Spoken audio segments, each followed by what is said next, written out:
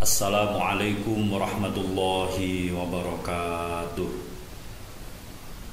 Alhamdulillahilladzi rattaba ala haji baitihil harami kulla khairin jazil wa ja'ala qasdahu min ajlil qurabatil musilati ila dhillihi dhalil wa yassara asbabahu wa hawwana al-wusuli ilaihi ghayatat tashil.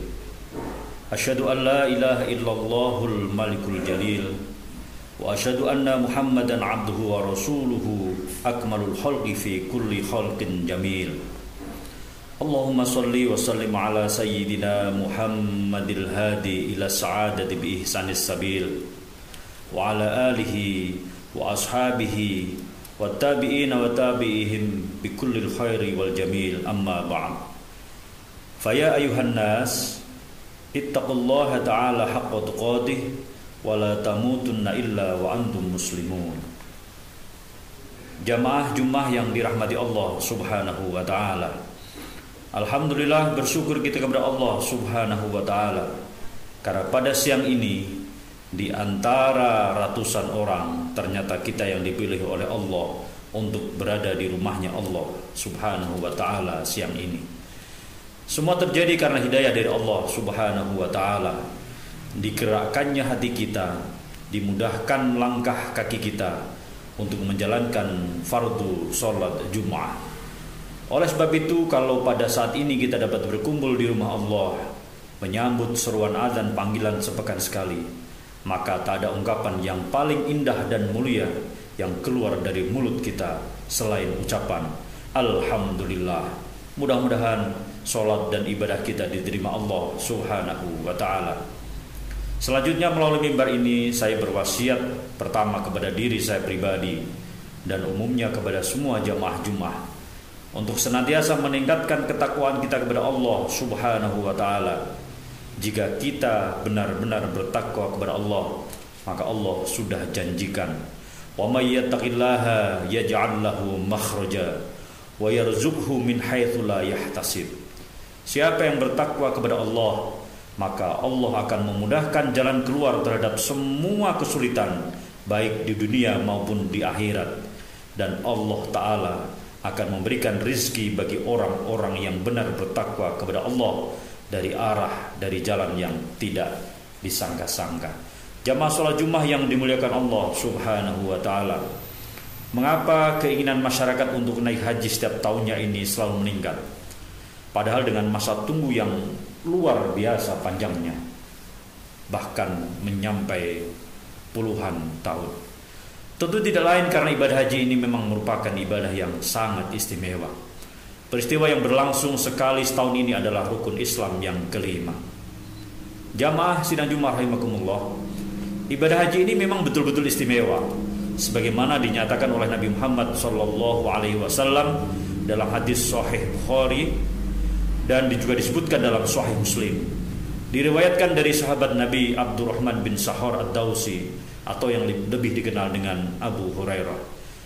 Kata Nabi Muhammad SAW, siapa yang melaksanakan haji semata-mata karena Allah, bukan karena ingin dipuji, bukan karena ingin dihormati, bukan karena ingin menaikkan status, dan juga bukan karena ria, tidak melakukan perbuatan rafath, tidak melakukan perbuatan fasik, maka dia kembali dari ibadah di tanah suci seperti pada hari saat dia dilahirkan oleh ibu kandungnya, bersih tanpa dosa.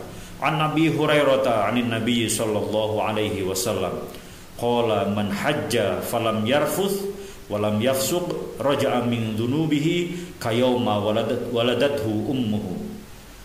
Dari sahabat Abu Hurairah radhiyallahu an dari Nabi Muhammad sallallahu alaihi wasallam, ia bersabda, siapa saja yang berhaji lalu tidak berkata keji dan tidak berbuat dosa, niscaya ia pulang atau suci seperti hari dilahirkan oleh ibunya. Hadis riwayat Bukhari, Muslim, An-Nasai, At-Tirmidzi dan Ibnu Majah. Jamaah sidang Jumat yang berbahagia, Rasulullah Shallallahu Alaihi Wasallam dalam hadis yang lain juga menyampaikan tentang keistimewaan ibadah haji. Kata Rasul bahwa haji yang mabrur itu akan mendapatkan balasan surga, sebagaimana sabda beliau dalam sebuah hadis, An Abi Hurairah radhiyallahu anna Rasulullah sallallahu alaihi wasallam qala al-hajjul mabrur laisa lahu jazaa'un illa al-jannah, muttafaq alaih. Dan haji yang mabrur tiada balasan baginya kecuali surga. Betapa semua orang yang ingin hajinya menjadi haji yang mabrur. Siapa yang tidak ingin dimasukkan ke dalam surganya Allah? Maka menurut sebagian ulama bahwa mabrurnya ibadah haji dapat diukur dari dua barometer, yakni dari pelaksanaannya dan setelah pelaksanaannya.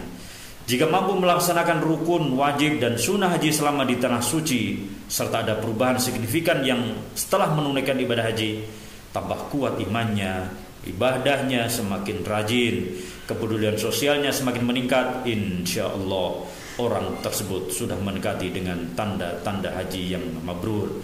Jamaah sidang Jumat rahimakumullah, di tengah lamanya antrian atau masa tunggu untuk dapat menunaikan haji, bahkan konon sekarang masa tunggu haji sampai 35 tahun, maka bagi seseorang yang telah melaksanakan haji, hendaknya dapat menunda keinginannya untuk menunaikan ibadah haji kembali. Karena Rasulullah pun telah mencontohkan kepada kita bahwa beliau melaksanakan ibadah haji hanya sekali. Padahal beliau sangat mampu jika harus lebih haji dari satu kali. Maka ketika sahabat bertanya kepada Rasulullah sallallahu alaihi wasallam, "Afi kulli amin ya Rasulullah?" Apa setiap tahun ya Rasulullah? Lalu Nabi menjawab, "Lau qultuha lawajabat al-hajju marrah." Seandainya iya, maka kukatakan wajib setiap tahun. Namun haji cukup wajib sekali. Jamaah salat Jumat yang berbahagia, sikap Nabi ini menunjukkan bahwa ibadah haji ini wajib hanya sekali saja. Sedangkan ibadah yang membutuhkan dana banyak ini, jika uangnya berlebih, baiknya bisa disalurkan kepada fakir miskin, anak yatim, pembangunan masjid, TPQ, maupun madrasah diniyah dan kegiatan-kegiatan sosial lainnya. Akhirnya, mari kita berdoa semoga kita segera mendapat panggilan dari Nabi Ibrahim alaihissalam untuk menunaikan ibadah haji ke tanah suci dengan mudah. Barakallahu li wa lakum fil Qur'anil azim wa nafa'ani wa iyyakum bima fihi minal ayati wa dzikril hakim. Aqulu qawli hadza wa astaghfirullah li wa lakum wa likafatil muslimina min kulli dhanbin fastaghfiruhu innahu huwal ghafurur rahim.